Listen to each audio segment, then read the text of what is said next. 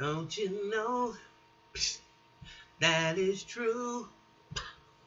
That for me and for you, the world is a ghetto. Am I right? Okay, come on, y'all gotta, you gotta give it up. The world is a freaking ghetto. Good morning, good afternoon, good evening, family, whatever side of the diaspora that you may be on. I want to welcome you, welcome you, welcome you, welcome you to the Mental House. I am your host, Khadijah. You know, I know that the 5 steps, how do they say, uh, to, um, what is it, healing?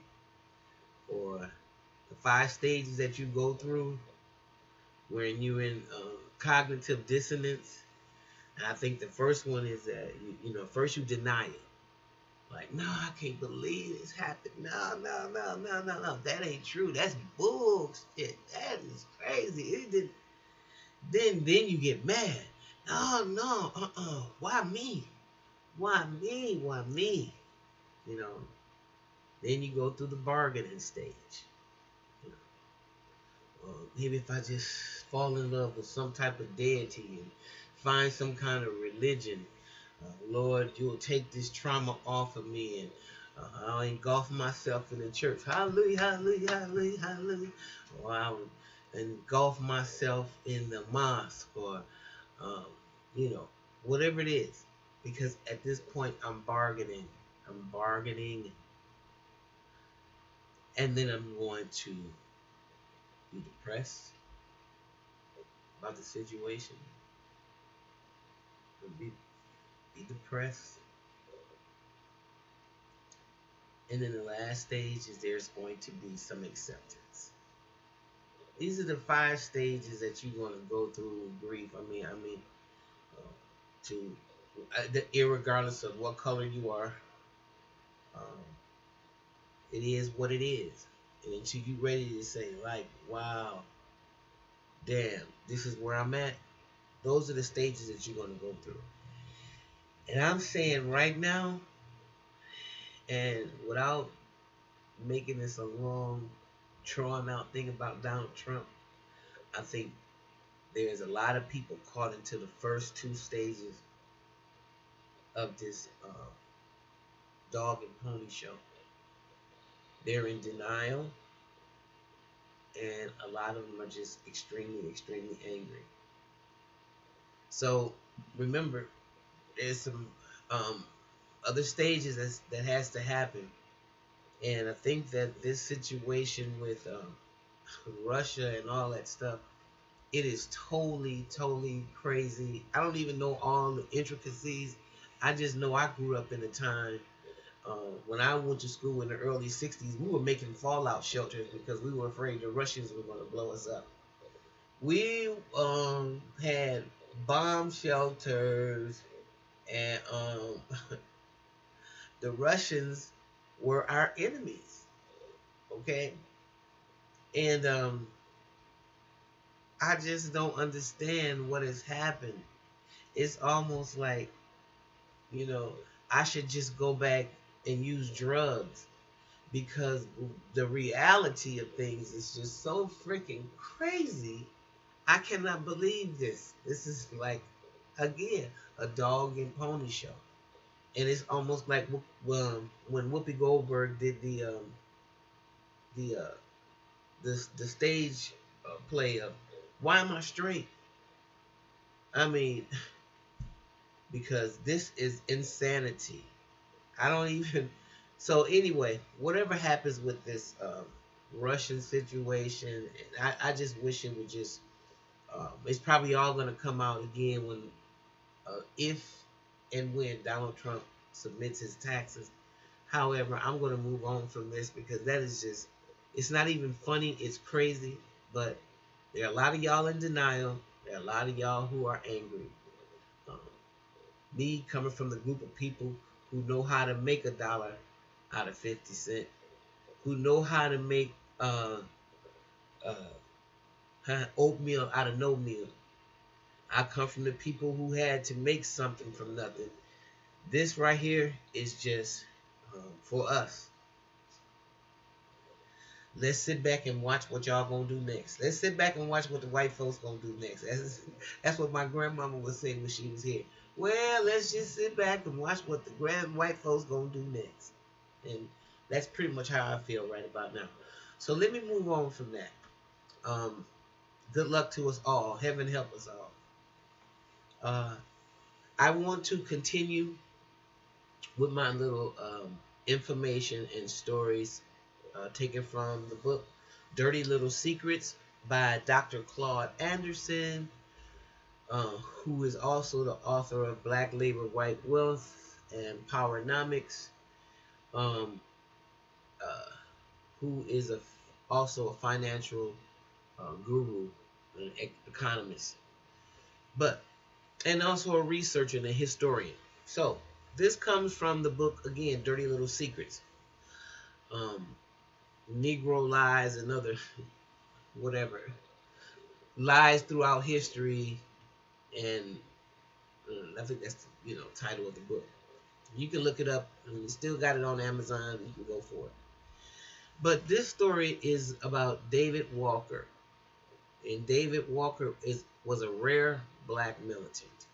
So let me give y'all the story of David Walker right about now. David Walker was born the son of a slave father and a free mother in Wilmington, North Carolina.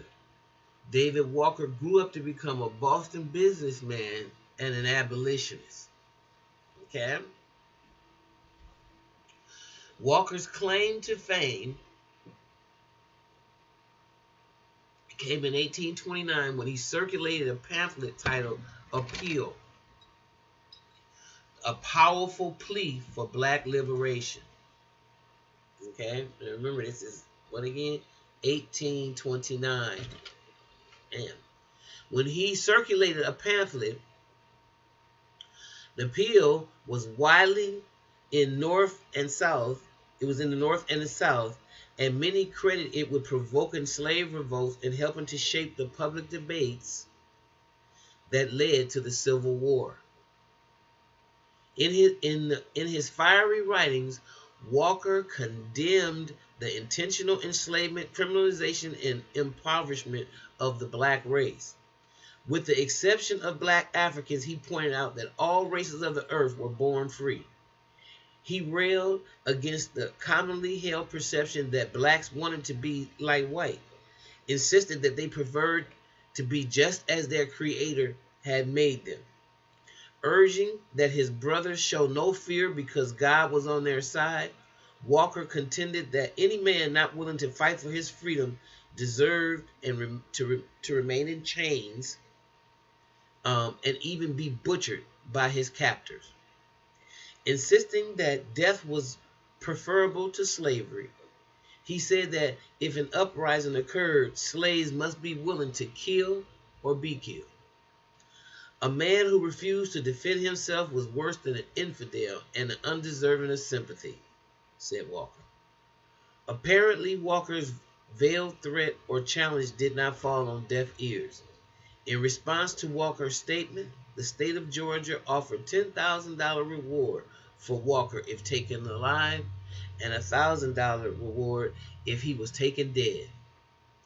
A year after that offer, in 1831, the abolitionist was found dead under mysterious circumstances. Some claimed that Walker died for his people's freedom. Others claimed he was murdered for the bounty.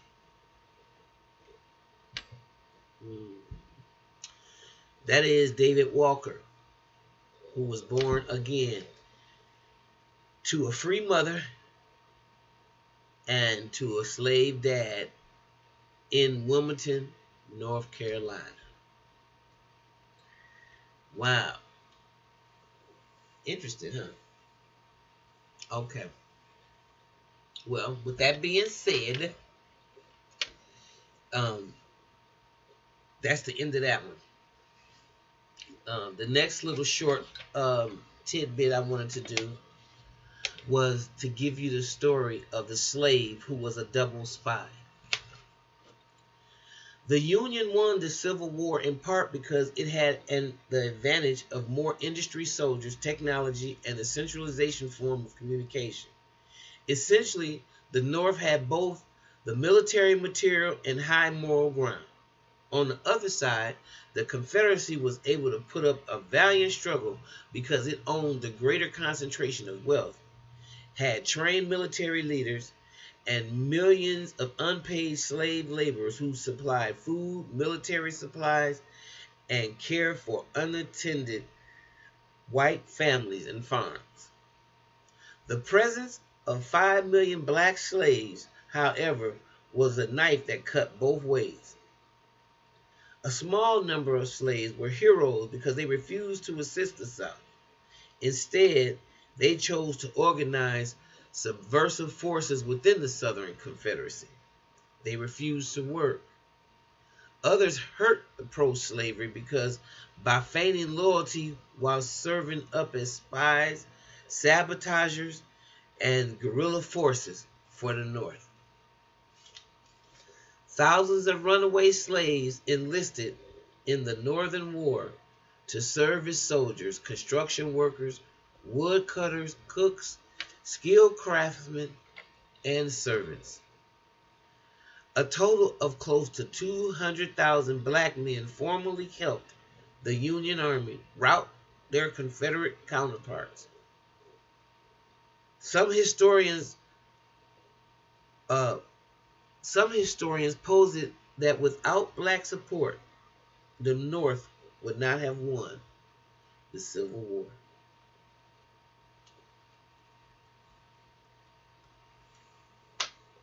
All right, you guys. I thought those two interesting tidbits. If you like what you hear, please like and subscribe and tell me what you think about those stories. Mr. David Walker, who was the rare black militant, and to the slave, who was also the double spy. It's interesting. You know, it's amazing to me, and as I close this out, it's amazing to me that Harriet Tubman, who also at one time had a bounty on her head for taking slaves to freedom, in essence, end up spying for the government, and then at the ultimate last sign of disrespect, they would never pay her stipend that they owed her for serving as a double spy in the army. Wow. Talk about loyalty. We some loyal people, you know that? We're loyal. Wow. Even to a fault sometimes. Anyway, if you like what you hear, please, please, please, please like and subscribe. I will see you later right here in the mental house. And go out and make it a wonderful day. Bye-bye.